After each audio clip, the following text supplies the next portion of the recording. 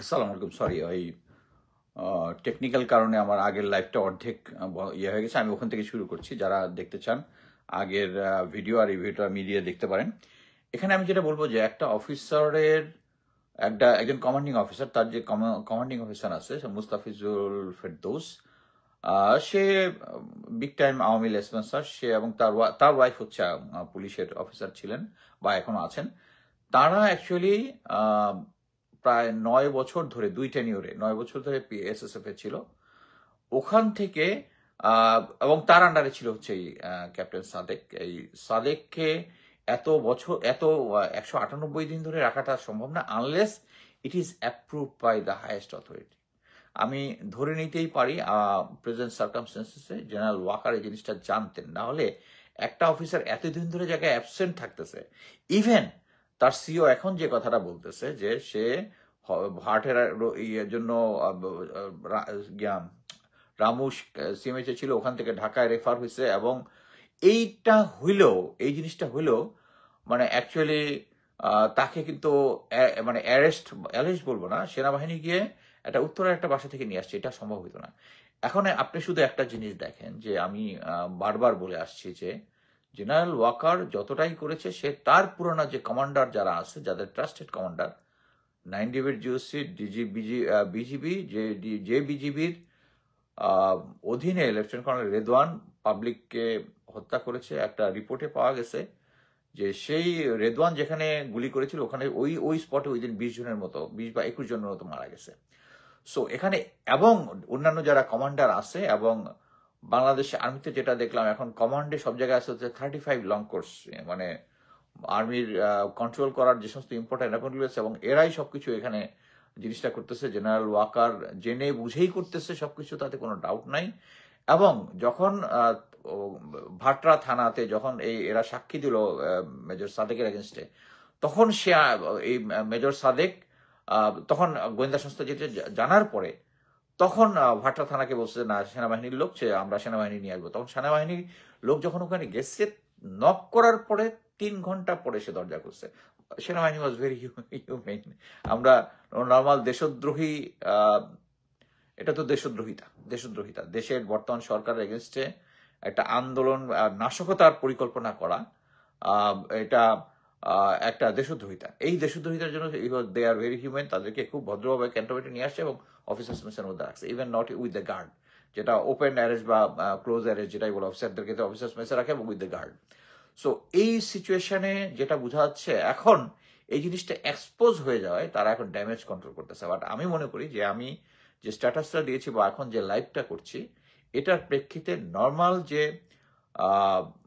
মিডিয়াগুলো আছে, they must investigate. এটা খুঁজে পাওয়া ইজ ভেরি ইজি। ইভেন গতকালকে ডিএমপি থেকে একটা চিঠি গিয়েছে সেনাবাহিনীতে যে মেজর সাদেককে তারা ইন্টারোগেট করতে চায়, তাদের সাথে কথা বলতে চায়। বিকজ সোহেল রানা এবং তার ওয়াইফের বক্তব্য অনুযায়ী এই জিনিসটা আসছে যে তারা ঢাকার মধ্যে বিভিন্ন জায়গায় ইয়া দিচ্ছে। এবং আপনারা যদি আর একটু খেয়াল করেন, ইদানিং সুলতান রহমান একজন, আরেকজন হচ্ছে হাসিনা আক্তারের শোতে শুধু আসে হচ্ছে কলিমুল্লাহ এসে কিন্তু জাস্ট এই জিনিসটাই বলতেছে যে আওয়ামী লীগ সংগঠিত হচ্ছে, এই করতেছে সেই করতেছে। এবং ওর কথার সাথে দেখবেন এই ঘটনাটার মিলে যায়। সে বলার চেষ্টা করতেছে বাংলাদেশে তো আওয়ামী লীগকে নিষিদ্ধ করলে তার তো সাপোর্টাররা তো মরে যায়নি, তারা আছে। এই জিনিসটা এখন এই সুলতান রহমান একজন এবং এই হাসিনা আক্তার দুজনেই আমি বলবো বুঝে শুনেই এই কলিমুল্লাহকে প্রমোট করতেছে, এবং তার এই থিওরির সাথে কিন্তু এই থিওরিটা মিলে যাচ্ছে। এবং আমি অ্যাকচুয়ালি আমাদের মিলিটারি গ্রুপটাতে এটা দিয়েছিলাম, তারা ছোটখাটো বিভিন্ন এইটা তো ঠিক নাই, এইটা ঠিক নাই, তার মেয়ে তো পুলিশে ছিল না, এই ছিল না, ছোটখাটো জিনিসের থেকে এনে ইম্পর্টেন্ট ব্যাপার হচ্ছে সাদেককে উত্তরা থেকে সেনাবাহিনী নিয়ে আসছে ক্যান্টনমেন্টে, এবং উত্তরা ভাটারা থানাতে 2 জন সাক্ষী দিয়েছে যে সেই দুটো এটার সাথে জড়িত, জয়ের সাথে জড়িত, এবং ঢাকা বিভিন্ন জায়গায় ট্রেনিং। এইটা হচ্ছে ইম্পর্টেন্ট, এইটা হচ্ছে কিওয়ার্ড। আপনি যদি এটা তো আমার কমন না ইয়া থেকে আমি যখন শেখ হাসিনার আমল থেকে শুনতেছি গুজব বাজেই সেই। আজকে এই আমি স্ট্যাটাসটা দেওয়ার পরে মোটামুটি এক পার্টি আসছে শুধু গালি দিতে, এবং যুক্তিটা হচ্ছে আওয়ামী লীগের তৃণমূলেরা কেউ জানে না, আপনি জানেন। আরে বেটা, আওয়ামী লীগের তৃণমূলেরা যদি মানে ধৈর্যও নেই, জানে না বা জানে, তারা কি এসে এটা স্বীকার করবে? তারা এটাকে স্বীকার করবে? সো আমি মনে করতেছি কালকের মধ্যে নিশ্চয়ই বাংলাদেশের সব মিডিয়া তো আর জেনারেল ওয়াকার গোয়েন্দা সংস্থাগুলো কিনে ফেলে নাই। তারা এটা, এবং এটা প্রমাণ করা সবচেয়ে ইজি ভাটরা থানা, ডিএমপি, এবং আমি মনে করি যে সবাইকে কিনে ফেলতে পারে নাই জেনারেল ওয়াকার। সো এই জিনিসটাতে, আচ্ছা আর কোনো পয়েন্ট মিস করলাম কিনা?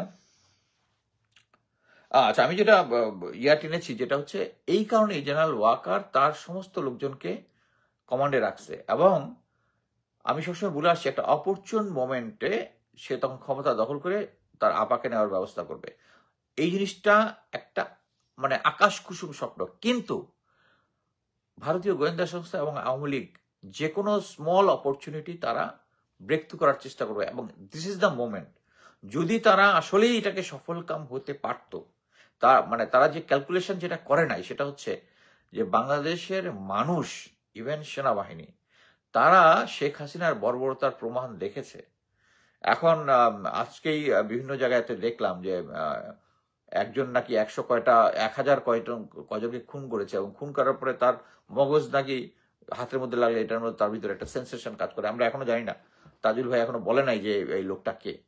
বাট এরকম একটা সিচুয়েশনে সেনাবাহিনীকে আরেকটা ভালো জিনিস বলি, মানে অ্যাকচুয়ালি এই যে তথ্যগুলো আমি পেয়েছি, এটা যদি সবচেয়ে বেস্ট হতো যদি আমি নির্ভুলভাবে পেতাম, যদি আর্মির কাছ থেকে পেতাম, কিন্তু না, আমি তো পুলিশের সোর্স থেকে জিনিসটা পেয়েছি। এবং পুলিশের তারা একটু আপসেট যে বলেছে, স্যার আপনি বলতেছেন আমাদের এই বাংলাদেশের পক্ষে, কিন্তু আমাদের পুলিশ অফিসার কেউ এখন পর্যন্ত বলতেছেন, একজন বলতো তাও বন্ধ হয়ে গেছে এখন। সো এরকম একটা সিচুয়েশন, একটা জিনিস বুঝতে হবে, আমি ক্লিয়ার ভাবে বলি, আমি বাংলাদেশের সেনাবাহিনীতে চাকরি করে আমি গর্বিত। এটা একটা ভালো অর্গানাইজেশন যেটাকে ভারত এবং আওয়ামী লীগ নষ্ট করে দিয়েছে। জেনারেল ওয়াকার, আপনি যদি মনে করেন আমি প্রথম জেনারেল ওয়াকার যখন দায়িত্ব গ্রহণ করে আমি আসছিলাম কনক স্যারের সাথে, তার স্যারের সঙ্গে অনেক ভালো ভালো কথা বলেছি, বাট উনি কিন্তু ক্রমান্বয়ে আস্তে আস্তে প্রতিটা জায়গায় উনি ধরা খাইছেন, এবং প্রতিটা জায়গায় তার কিছু কেনা মিডিয়া, এই যে সার্জিসও কয়েকদিন আগে স্ট্যাটাস দিচ্ছে, কিনা মিডিয়া ইউটিউবার তারা এসে তার পক্ষে সহায় গায়। এখন দেখবেন যে এই যে এখানে সে এই আর্মিতে এই যে ঘটনাটা ঘটলো, এটার দায় তাকে নিতে হবে, এটার দায় তাকে নিতে হবে। যে সেনাবাহিনীতে একটা অফিসার, তা আপনি কিসের কমান্ড করতেছেন সেনাবাহিনী? একটা অফিসার 198 দিন ধরে নাই তার পোস্টের মধ্যে, আর সে গিয়া বাইরে গিয়া আওয়ামী লীগকে ট্রেনিং দিচ্ছে। এটা যদি প্রুফ হয়, এবং প্রুফ করা, আমি বলতেছি যে আমি যে ইনফরমেশন গুলো দিচ্ছি আমি জেনে শুনে কখনো, ইভেন পরবর্তীতে আমি যে সোর্স থেকে এগুলা জিনিসগুলো দিয়ে দেওয়ার পরে দেন আমি কতগুলো ইনফরমেশন আমি কারেকশন করেছি, যে ইনফরমেশন গুলো কারেকশন করেছি। যে অ্যাকচুয়ালি সাদেকের ওয়াইফ পুলিশ ছিল না, তার সিওর ওয়াইফ ছিল পুলিশ অফিসার। একটা জিনিস মনে রাখতে হবে, আমি এখানে 7 সমুদ্র 13 নদীর পারে থেকে বসে এই যে সত্যটা বললাম, বাট ওখানে বাংলাদেশে যারা আছে তারা সাহস পায় না, এই কারণেই বললাম। এবং এই কারণে ইনফরমেশন আসলে মূল জিনিসটা ঠিক আছে, দু একটা ছোটখাটো বিচ্যুতি থাকতে পারে, বাট অতএব ওকে ওই সাদেকের ওয়াইফ পুলিশ অফিসার ছিল, অতএব এই তথ্যই গুজব। আরে ভাই, আপনি ভাটরা থানাতে যান, ওখানে কি হয়েছে ওখানে শোনেন, পুলিশ কি আসলেই সাদেককে ইন্টারোগেট করতে চাইছে কিনা, সে কি 198 দিন অ্যাবসেন্ট আছে, কেস ক্লোজড। এটাই আমার বলার ছিল, যে তারা একটা জিনিস হিসাব করে রাখে নাই, যে আমাদের ছাত্র জনতা সহজেই তাদেরকে ছেড়ে দেবে না। তারা ইচ্ছা করলে এসে শেখ হাসিনাকে নিয়ে আসবে, আর আওয়ামী লীগরা এসে এখানে তারা যেটা করতে পারবে সেটা হচ্ছে যেটা করতেছে এখন, হঠাৎ করে ঝটিকা বা এসে কয়েকবার জয় বাংলা বলে আবার ধাওয়া খেয়ে ইয়া হয়ে যাচ্ছে। সো আমি মনে করি প্রফেসর ইউনূসের এই কেসটাতে অন্তত জেনারেল ওয়াকারের কাছে জবাবদিহিতা চাওয়া উচিত। জবাবদিহিতা যদি সন্তোষজনক না হয়, জাস্ট ফায়ার হিম। সারা দেশের লোকজন আপনার সাথে আছে। আদারওয়াইজ আমি বলতেছি, আমি নিজেও প্রফেসর ইউনূস সরকারের প্রতি অসন্তুষ্ট, সিরিয়াস অসন্তুষ্ট। বাট আমি মনে করি স্টিল এখন তার কোনো অল্টারনেটিভ এখানে নাই। বাট এই কি কারণে? কারণ আপনি যদি এই জেনারেল ওয়াকার এবং এই সিচুয়েশনটা কন্ট্রোল করে ফেলতেন, তাদেরকে যদি ফায়ার করতেন, এবং ইভেন জেনারেল ওয়াকার যদি অ্যাটলিস্ট এই 5 জন জেনারেলকে বিদেশে পালায় যাইতে না দিত, এবং গুম খুন যারা আছে তাদেরকে যদি একটা সিম্পল অফশোর দেওয়া দিত, আমার এই কথাগুলো বলতে হইতো না। যে আমার নিজের কাছেই খারাপ লাগে, আমি সেনাবাহিনীর বিরুদ্ধে কথা বলছি। আমি গত বছর 31শে ডিসেম্বর এই নিউ ইয়র্কে আমাদের ইউএন হেডকোয়ার্টারের সামনে আমরা গিয়ে সেনাবাহিনীর বিরুদ্ধে কথা বলেছি, কারণ সেনাবাহিনী তখন সরাসরি সিভিলিয়ান থেকে গুলি করতে। একটা জিনিস বুঝতে হবে, আমরা সেনা অফিসার হিসেবে আমরা শপথ নিই বাংলাদেশের জন্য, আমরা সেনাবাহিনীর জন্য নেই না। সেনাবাহিনী অবশ্যই আছে। এবং আমি আপনাদেরকে বলতে পারি, সেনাবাহিনী আমি যে জিনিসটা দেখে আসছি is the finest army in the world. আমি আপনাকে বলতে পারি, আমি ইন্টারন্যাশনাল লেভেলে ইউরোপিয়ান আর্মির সাথেও দেখেছি, আমেরিকান আর্মিদের সাথেও দেখেছি, এদের সাথে জয়েন্ট ট্রেনিং করেছি। আমাদের আর্মি একটা ফ্যান্টাস্টিক আর্মি, যে আর্মিটাকে একদম মানে যাচ্ছাতাই করে দিচ্ছে হচ্ছে আওয়ামী লীগ সরকার।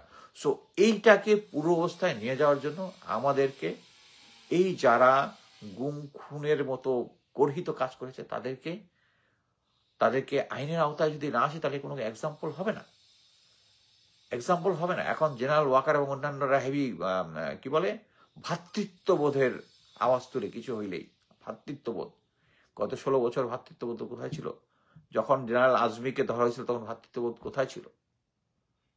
তখন তো এখন ভ্রাতৃত্ববোধ কোথায়? এখন ব্রিগেডিয়ার জেনারেল হাসান নাসির কি আপনাদের ভাই না? তাকে পিএনজি করছেন লেফটেন্যান্ট ইফতেখার, তাকে ডাকাতির কেসে ফাঁসিয়েছেন, দেখি আপনাদের ভাই হয় না? সে আপনাদের ভাই হয় না? সো এখানেই আমি আশা করতেছি ইনশাল্লাহ আজকালকের মধ্যে আমি যে তথ্য দিয়েছি মেইন স্ট্রিম মিডিয়া অবশ্যই এটা কভার করবে, এবং কভার করলেই আপনারা কোনটা সত্য কোনটা মিথ্যা বুঝতে পারবেন। ধন্যবাদ।